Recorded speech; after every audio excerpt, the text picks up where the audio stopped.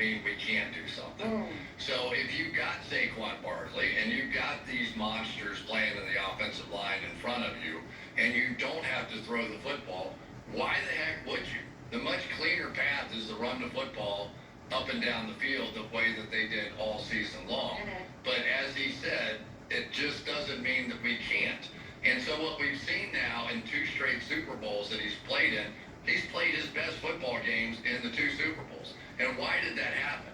Because people thought he was the weaker link on that offense. And it's no insult to him, but when you have an offensive line like that, you have a couple of really good receivers, you have a great tight end in Dallas Goedert, very good tight end in Dallas Goedert, and you go, the one thing we haven't seen is, every single week him put up 250, 300 yards passing.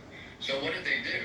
They took away Saquon Barkley. Saquon Barkley averaged about 3 yards per carry in that game. Well, you have to commit resources if you're going to have that. You commit resources to try and shut that down. They did exactly that, right? I mean, there's no doubt about it. That's exactly what the game plan was. Unfortunately, you saw it in the first half. Those little wheel routes, those little one-on-one routes, they just said, our receivers are going to beat your cornerbacks back there on the back end. And they just kept throwing up those little fade balls on the right side, down that sideline.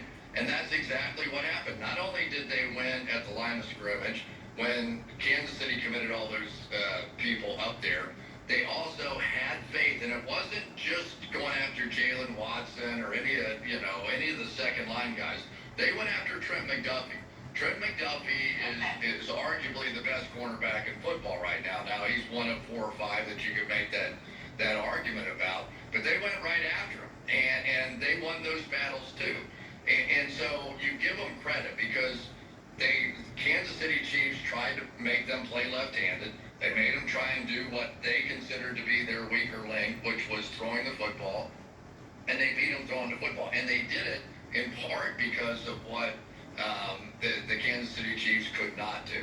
And what they could not do was pass protect. What the Eagles did great was pass protect. And not only that, I thought Jalen Hurts from the beginning of that game looked like he was comfortable in the pocket. He wasn't scrambling around, like you see him sometimes where he'll scramble left and all 5 receivers are on the right-hand side of the field. He stood in the pocket. He was confident. He was making accurate throws. And I give him a lot of credit. The entire world put who was going to win that Super Bowl on Jalen Hurts' back. He said, fine, I'm going to Disney World, baby. That's it. It was so cool. At the end of the game, to see him with the I'm going to Disney World thing, I've never seen him smile or look happier than what he looked like on that moment. And congratulations to him, Aaron. And he was